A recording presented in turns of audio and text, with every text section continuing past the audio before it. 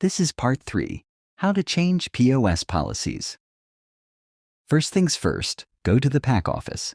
Then, navigate to Settings, followed by System Policies, and find the POS Policy step. Scroll down until you see the settings for the point-of-sale layout.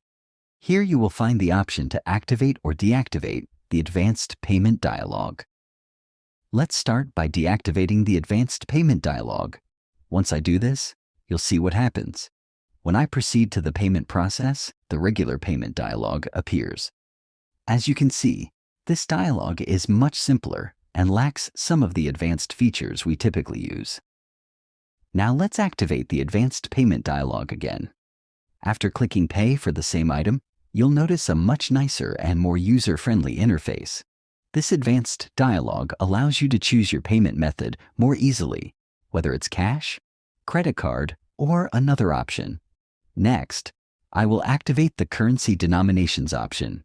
With this option enabled, the payment dialog will show specific denominations. This is particularly useful when processing cash payments. Now let's see the effect of activating the currency denominations. As you can see, the payment dialog now displays the available denominations clearly. For example, if a customer gives you a 5 BD, you can simply click on that option and the dialog will automatically calculate the change needed for the customer. After processing the payment, you can also customize the invoice to your liking. The default invoice will show the items purchased, and if you activate specific features, those will be reflected on the invoice. For instance, if we have 3 items and one is voided, because the customer decides not to finalize the purchase, the invoice will accurately show that change. If you want to print barcodes on the invoice, activate that option. If it's not activated, the barcode will not appear on the invoice. Additionally, if you want your company logo to be printed, make sure to check this policy. If you don't check it, the logo will not appear, and the logo is set in your company profile. You can also choose to print a customer signature field on the invoice. If you prefer to have this field, activate it. Otherwise, it will not show up.